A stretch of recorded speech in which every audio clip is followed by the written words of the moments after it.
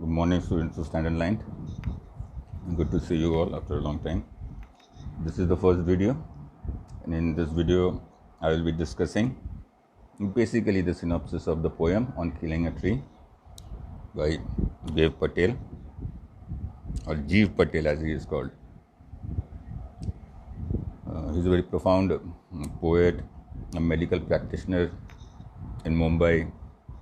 He's also a painter. Let's give you some idea about the person, because for this poem, knowing the poet is very important, right? And to know the poet, we have to know some details. So, a little idea about who Jeev Patel is.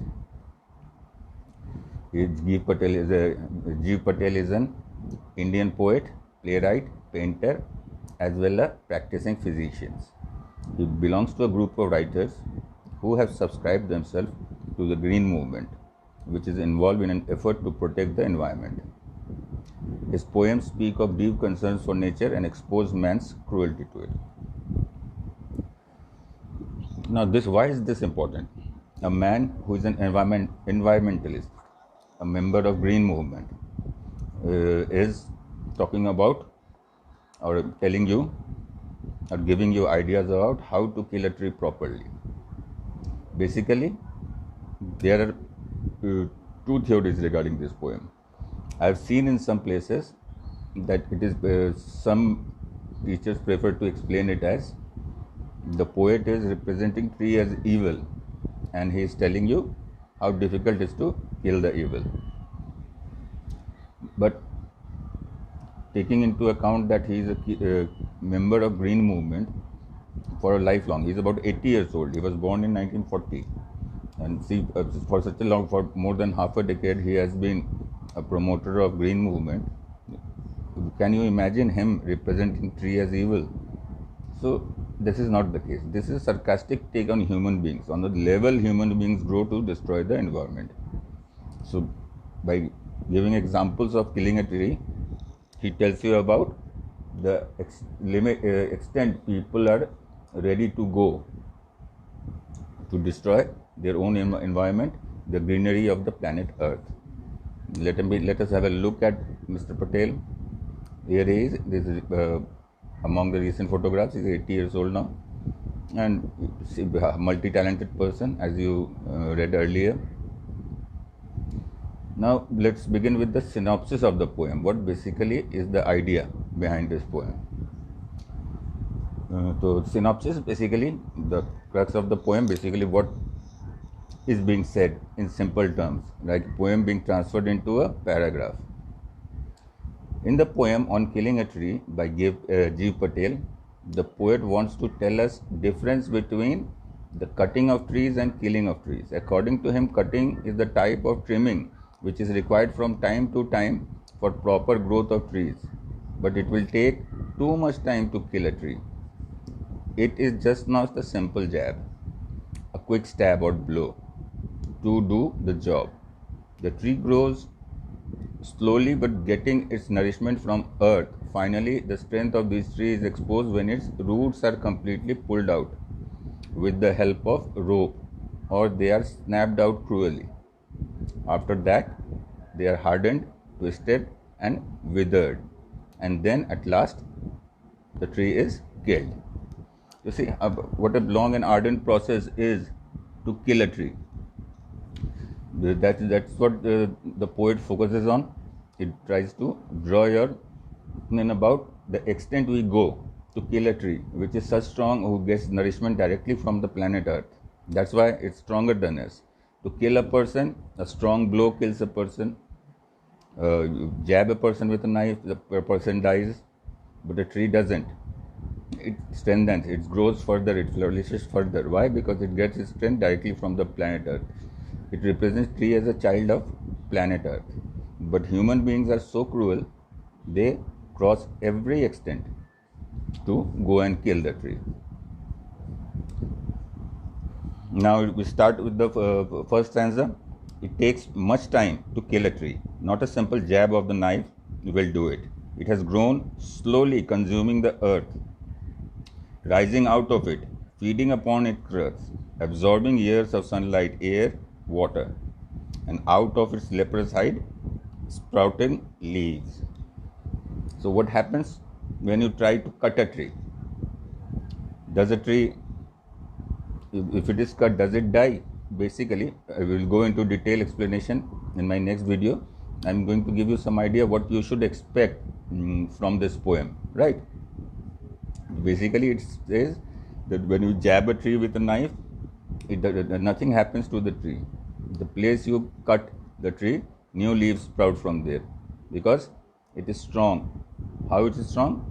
It has become strong by consuming directly from the earth. And from its ugly hide, hide means the bark of the tree.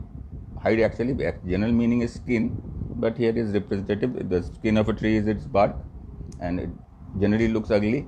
So he has referred to the bark as ugly, leprous, a person with leprosy. How the skin of a person grows when he has leprosy, contracts leprosy. There will new leaves grow, so it will become stronger. When new leaves grow, obviously the plant is getting stronger. Now, the second stanza. So hack and chop, but this alone won't do it. Not so much pain will do it. The bleeding bark will heal, and from close to the ground will rise curled green twigs, miniature boughs, which if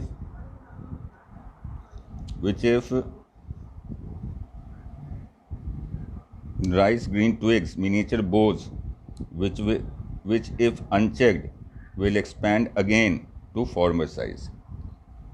Now here once again he says, okay, just by stabbing the tree it doesn't die. So what do? You hack and chop it. You just cut it into two pieces. Will the tree die? He says no. The tree wouldn't die. It would grow again from near the root area. It will grow again, and it again grow to the former size, the size it was earlier. Now we go to the third stanza. Now he starts with no. This is very interesting use of no. We'll discuss it tomorrow. No, the root is to be pulled out of the anchoring earth. It is to be roped, tied, and pulled out, snapped out, or pulled out entirely out from the earth cave, and the strength of the tree exposed, the source white and wet, the most sensitive hidden for years in the earth. So he says, he starts with no, because all the methods you are applying is wrong. You are not able to kill the tree.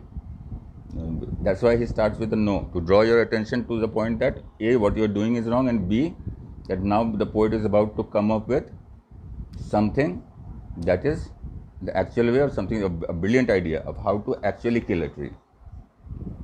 This is a sarcastic take. Poet basically wants to tell you that this is the level of cruelty you show. You are not just happy with hacking and chopping the tree, you just uproot them. He said that the strength of the tree is its roots, which are hiding, and the strength is always hidden. So the strength is hidden beneath the earth, and your hacking and chopping won't work. You have to pull it out and expose its strength, which is the most sensitive part. Although it's the strength of the tree, but it is the most sensitive part, and it had been hiding inside the earth for a long, long time. Right? Now we go to the last stanza. Said, yes, uprooting a tree would kill it. He again goes out to say, still it will take time for it to die. Then the matter of scorching and choking, in sun and air, browning, hardening, twisting, withering, and then it is done. He says it has to go through all this process. It has to be baked in the sun. It has to choke. And sun and air, which was the source of its life, will now going to kill it. The root will, from white, it will become brown. From soft, it would become hard. Then it will get twisted. It will get withered, and then it will die. So that is the painful process the tree will undergo before it dies. Basically, the poet's idea is to draw your attention towards the level of cruelty we go through to kill a tree, which is basically source of life.